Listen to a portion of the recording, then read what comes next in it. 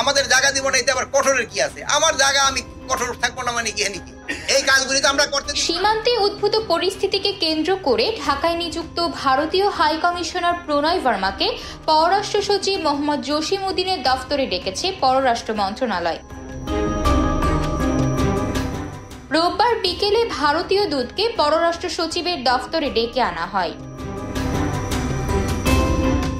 এর আগে স্বরাষ্ট্র মন্ত্রণালয়ে এক সংবাদ সম্মেলনে স্বরাষ্ট্র উপদেষ্টা লেফটেন্যান্ট জেনারেল জাহাঙ্গীর আলম চৌধুরী বলেন, কোনো বিরূপ ঘটনা যাতে না ঘটে সেজন্য পররাষ্ট্র মন্ত্রণালয়ের মাধ্যমে ভারতীয় হাই কমিশনকে বিষয়টি জানানো হবে। স্বরাষ্ট্র উপদেষ্টা বলেন, বিগত সরকারের সময় ভারত সীমান্তের কিছু এলাকায় কাঁটাতারের বেড়া নির্মাণের সুযোগ পেয়েছে। বাংলাদেশ ভারতের মধ্যে 4156 কিলোমিটার সীমান্তে 3271 কিলোমিটার সীমান্তে ভারত কাঁটাতারের বেড়া নির্মাণ কাজ শেষ করেছে।